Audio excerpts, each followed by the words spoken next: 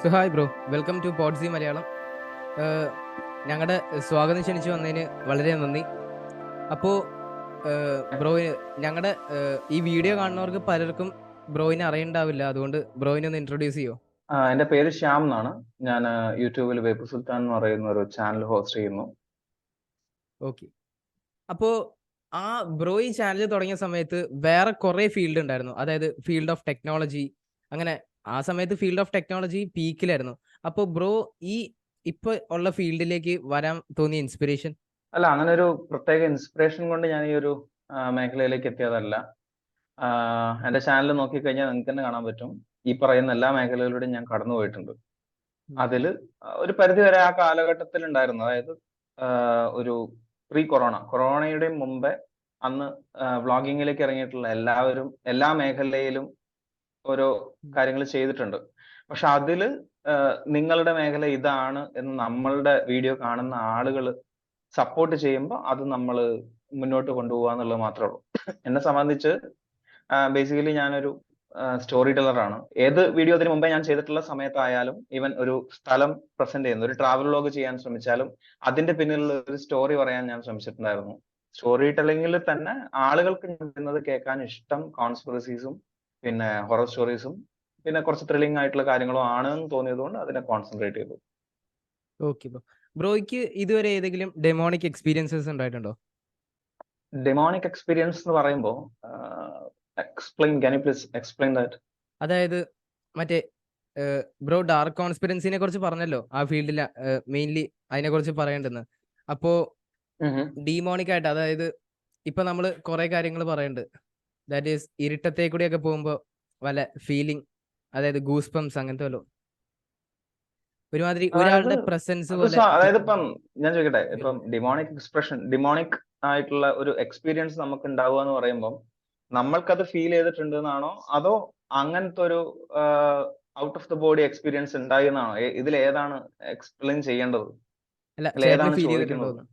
ചേട്ടന് ഫീൽ ചെയ്തിട്ടുണ്ടോ? ഫീൽ ചെയ്യുന്നത് എന്ന് പറഞ്ഞാൽ ഇപ്പൊ ഞാൻ പലപ്പോഴും ഞാൻ പറഞ്ഞിട്ടുള്ള ഒരു വിഷയമാണ്. അതായത് നമ്മളെ സംബന്ധിച്ച് നമ്മുടെ ഉള്ളിലുള്ള പേടി പുറത്തുള്ള ഒരു വിഷയം, പുറത്ത് നോർമൽ ആയിട്ടുള്ള ഒരു ഫിസിക്കൽ ആയിട്ടുള്ള ഒരു വിഷയം നമ്മൾ എടുക്കുന്ന രീതിയിലാണ് നമ്മുടെ ഭയം നമ്മൾ എക്സ്പ്ലെയിൻ ചെയ്യേണ്ടത്. ഉദാഹരണത്തിന്, നമ്മൾ ഒരു രാത്രി നടന്നു പോവാണ്, ചുമ്മാ ഒരു വഴിയിലൂടെ നടന്നു പോകുമ്പോൾ പെട്ടെന്ന് ഒരു നിഴൽ കണ്ടു കഴിഞ്ഞാൽ അത്രയും നേരം നമ്മൾ ചിന്തിച്ചുകൊണ്ടിരുന്നത് ഒരു ഹൊറർ കോൺസെപ്റ്റ് ആണെങ്കിൽ, അല്ലെങ്കിൽ പാരാസൈക്കോളജി പരമായിട്ടുള്ള അല്ലെങ്കിൽ പാരാനോർമൽ ആയിട്ടുള്ള പല വിഷയങ്ങളും വിശ്വസിക്കാൻ ഇഷ്ടപ്പെടുന്ന ഒരാളാണെങ്കിൽ അയാൾക്ക് ആ നിഴല് ഒരു ഡിമോണിക് എക്സ്പീരിയൻസ് കൊടുത്തേക്കാം.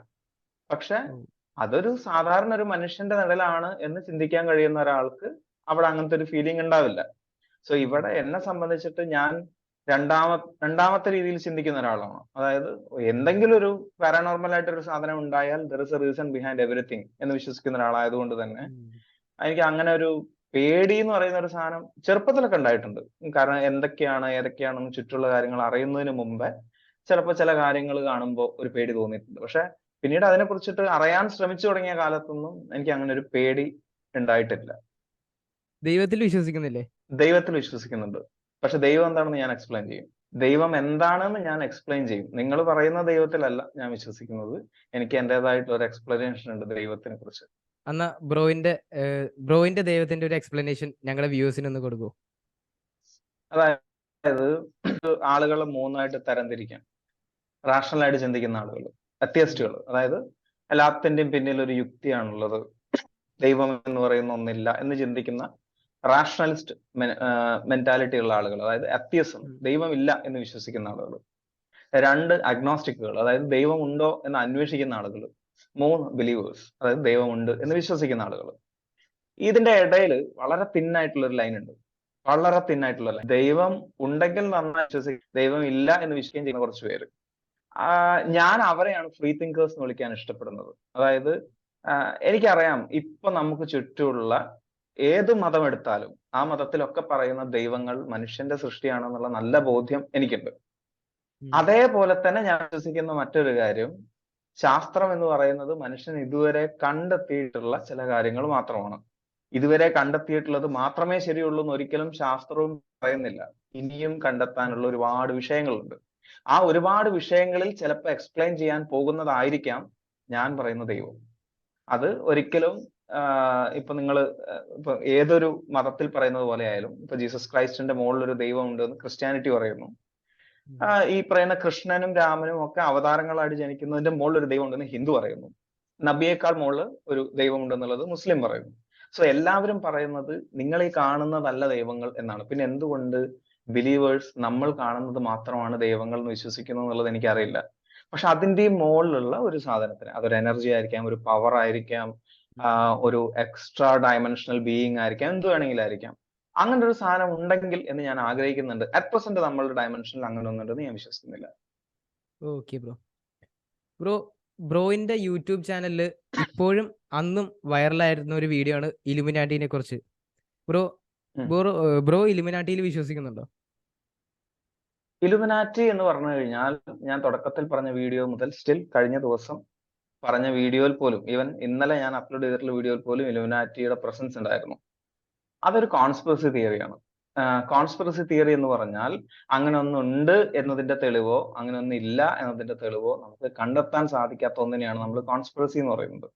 സോ ഇപ്പൊ നേരത്തെ ഞാൻ പറഞ്ഞതുപോലെ നമുക്ക് ചുറ്റും യുക്തിവാദികളും ബിലീവേഴ്സും മാത്രമല്ല, അതിന്റെ ഇടയിൽ അഗ്നോസ്റ്റിക്കുകൾ, അതായത് ദൈവമുണ്ടോ എന്നുള്ള അന്വേഷകരുണ്ട്.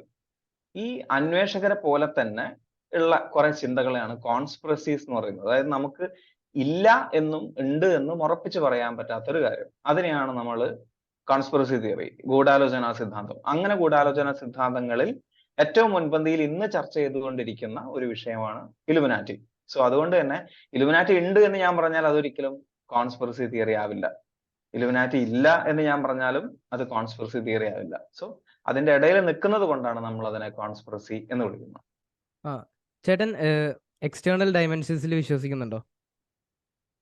അതായത് ചേട്ടൻ ഇപ്പൊ പറഞ്ഞല്ലോ ഡിഫറെന്റ് ഡയമെൻഷൻസിൽ ഉണ്ടാവുന്നു. വിശ്വസിക്കാന്ന് പറഞ്ഞപ്പോ ഞാൻ ചോദിക്കട്ടെ, ഇപ്പൊ ബ്രോ എന്താ ബ്രോന്റെ പേര്? ആൻസൺ അല്ലെ? ആൻസൺ.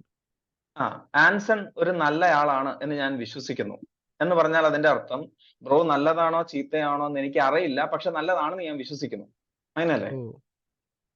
സോ വിശ്വസിക്കുക എന്ന് പറഞ്ഞു കഴിഞ്ഞാൽ അതിന്റെ അർത്ഥം നമുക്കറിയാത്തൊരു സാധനത്തിനെ കൂടുതൽ ശതമാനം നമ്മൾ അങ്ങനെ ഉണ്ട് എന്ന് ആഗ്രഹിക്കുന്നതിനെയാണ് നമ്മൾ വിശ്വസിക്കുക എന്ന് പറയുന്നത്. പക്ഷെ എക്സ്ട്രാ ഒരു ഡയമെൻഷൻ ഉണ്ട് എന്നത് സത്യമാണ്, അതൊരു റിയാലിറ്റിയാണ്. സോ അതുകൊണ്ട് തന്നെ നമ്മൾ അതിൽ വിശ്വസിക്കല്ല, അതൊരു സത്യമാണ്. ഓക്കെ ബ്രോ ഞങ്ങളുടെ വ്യൂവേഴ്സിന് കുറച്ച് ബുക്സിന്റെ സജഷൻ കൊടുക്കാൻ പറ്റുമോ? അതായത് ഈ conspiracy related, dark psychology. Conspiracy means അത് ഓരോ ആൾക്കാർക്ക് ഓരോ സ്റ്റേജ് ആണ്. ഇപ്പം ഞാനിപ്പോ നിൽക്കുന്ന കോൺസ്പിറസിന്റെ ഒരു സ്റ്റേജ് എന്ന് പറഞ്ഞു കഴിഞ്ഞാൽ അറൌണ്ട് 13 years ആയിട്ട് കോൺസ്പിറസീസിനെ കുറിച്ചിട്ട് ഒരുപാട് വിഷയങ്ങൾ ഞാൻ വായിക്കാറുണ്ട്, ഒരുപാട് വിഷയങ്ങൾ വായിക്കാറുണ്ട്. എനിക്ക് ഏറ്റവും താല്പര്യമുള്ള വിഷയം കോൺസ്പിറസിയാണ്. അപ്പൊ അതുകൊണ്ട് തന്നെ കാഴ്ചക്കാരെ സംബന്ധിച്ചിട്ട് ഞാൻ അവർക്ക് പ്രിഫർ ചെയ്യുന്നത്, ഞാൻ കോൺസ്പിറസി ഒരിക്കലും പുസ്തകത്തിൽ ഒതുങ്ങുന്ന ഒരു സാധനമല്ല. ആദ്യം മനസ്സിലാക്കേണ്ട ഒരു കാര്യം. പൊതുവെ പലരും എന്നോട് ചോദിക്കാറുണ്ട്, വേപ്പു സുൽത്താൻ കോണ്ടന്റ് എടുക്കുന്നത് എവിടുന്നാണ്? അങ്ങനെ ഒരു പ്രത്യേക സ്ഥലത്ത് ഒരു കോണ്ടന്റ് നമുക്ക് അടുപ്പിച്ച് വെച്ചിട്ടുണ്ടാവില്ല. ഇത് കൂടുതലും സംഭവിക്കുന്നത് ചർച്ചകളിലാണ്. കോൺസ്പിറസി കൂടുതലും വരുന്നത് ചർച്ചകളിലാണ്. പക്ഷെ നിങ്ങൾക്ക് മറ്റു VPN യൂസ് ചെയ്തിട്ടോ അല്ലെങ്കിൽ മറ്റ് IP യൂസ് ചെയ്തിട്ടോ നിങ്ങൾക്ക് ടിക്ടോക്ക് യൂസ് ചെയ്യാം, നിങ്ങൾക്ക് അത് കാണാം. എന്തുകൊണ്ട് ഞാൻ ഇത്തരം വിഷയങ്ങൾ, അതൊരിക്കലും ഞാൻ ആരെയും അതിനു വേണ്ടിയിട്ട് പ്രേരിപ്പിക്കുകയല്ല, ഇതൊക്കെ നിങ്ങളുടെ സ്വന്തം ഇഷ്ടമാണ്. അത്തരം മേഖലയിലേക്ക് നമ്മൾ പോകുന്ന സമയത്ത് ഇപ്പൊ കോൺസ്പിറസി തുടക്കക്കാർ എന്നുള്ള രീതിയിൽ നിങ്ങൾക്ക് വേണമെന്നുണ്ടെങ്കിൽ ഡാൻ ബ്രൗണിന്റെ കുറെ പുസ്തകങ്ങൾ വായിക്കാം. ഇപ്പം ഏഞ്ചൽസ് ആൻഡ് ഡിമോൺസ് വായിക്കാം, ദ ഡാവിഞ്ചി കോഡ് വായിക്കാം, ഇൻകോഗ്നിറ്റോ, ഒരുപാട് പുസ്തകങ്ങളുണ്ട്. സോ അതൊക്കെ ഒരു തുടക്കക്കാരൻ എന്നുള്ള രീതിയിൽ നമ്മൾ ചിന്തിക്കുന്ന മേഖലയുടെ മുകളിലേക്ക് ഇൻഫെർണോ എന്ന് പറയുന്ന ഒരു പുസ്തകമുണ്ട്. അതൊക്കെ നല്ല പുസ്തകങ്ങളാണ്. ആ മേഖലയിലേക്ക് നിങ്ങൾ കടന്നു പോയി കഴിഞ്ഞാൽ അതിന് നിങ്ങൾക്ക് ഒരു താല്പര്യം തോന്നിയാൽ പിന്നീട് നിങ്ങൾ കളക്ട് ചെയ്യാണ് വേണ്ടത്. ഇപ്പം ഇൻസ്ട്രുമെന്റ്സ് ഒക്കെ പഠിക്കുന്ന ആളുകളുണ്ട്. ഇപ്പം ഞാൻ പറയുന്നത് കോൺസ്പിറസി തിയറി എന്ന് പറഞ്ഞാൽ ഒരു ഇൻസ്ട്രുമെന്റ് പോലെയാണ്.